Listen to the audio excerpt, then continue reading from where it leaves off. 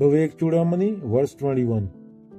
क्या बोला जा रहा है? वैराग्य वही है जब मनुष्य प्रत्यक्ष अनुभव, शास्त्रों की शिक्षा और सुनने समझने से इस निष्कर्ष पर पहुंचता है कि शरीर से लेके ब्रह्मपद तक सभी भोग वस्तुएं नश्वर हैं और उनको छोड़ देने की इच्छा करता है। माने वैराग्य का मतलब त्याग की इच्छा। यह तब पैदा होता है जब व्यक्ति समझ ले कि शरीर नश्वर है, इंद्रिय सुख नश्वर है, यहाँ तक कि स्वर्ग या ब्रह्म पद मानसिक कल्पनाएं हैं। तो ये समझ आती है, तब भीतर से उन्हें छोड़ने की प्रबल इच्छा उठती है। असली वैराग्य ज्ञान और अनुभव से आता है, जब व्यक्ति चीजों की अस्थिरता को देख लेता है। मान लो बच्चे ने नया खिलौना खरीदा पर 2 दिन बाद टूट गया, फिर दूसरा खिलौना लिया, वह भी टूट गया। धीरे धीरे बच्चा समझ गया खिलौना स्थायी नहीं। यही वैराग्य की शुरुआत है।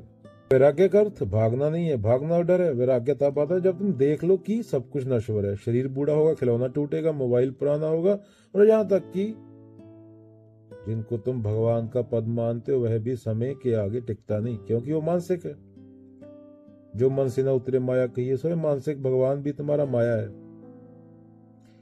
जब यह साफ देखने लगता है तब भीतर का एक सहज निर्णय उठता है, नहीं मुझसे इनसे नहीं बनना। क्या निर्णय उठता है? कि मैं इन चीजों से नहीं बन सकता।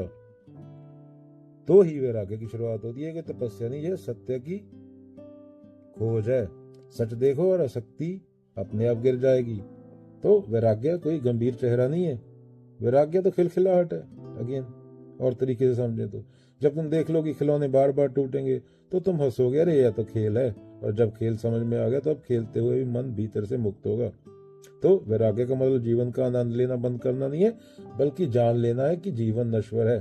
तब आनंद गहरा हो जाता है, क्योंकि पकड़ खत्म हो जाती है, अटैचमेंट खत्म हो जाती है, कामना खत्म हो जाती है। अब तुम फूल को सूंघ सकते हो यह जानते हुए कि कल यह मुरझा जाएगा।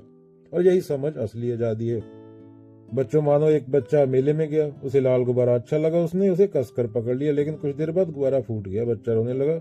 गुरु ने कहा, क्या गुब्बारा हमेशा रहने वाला था? बच्चे ने चुप होकर सिर झुका लिया। गुरु ने मुस्कुराकर कहा, यही वैराग्य, जब जान लो कि गुब्बारा फूटेगा, हर खिलौना टूटेगा, तो फिर रोना क्यों? खेलो, हंसो और फिर जाने दो। तुम वही रहोगे जो कभी नहीं टूटता। तो क्या वैराग्य इज इक्वल टू सत्य की दृष्टि। अगर और तरीके से बोले तो वैराग्य इज इक्वल टू आनंद से जीना, पकड़ छोड़ देना।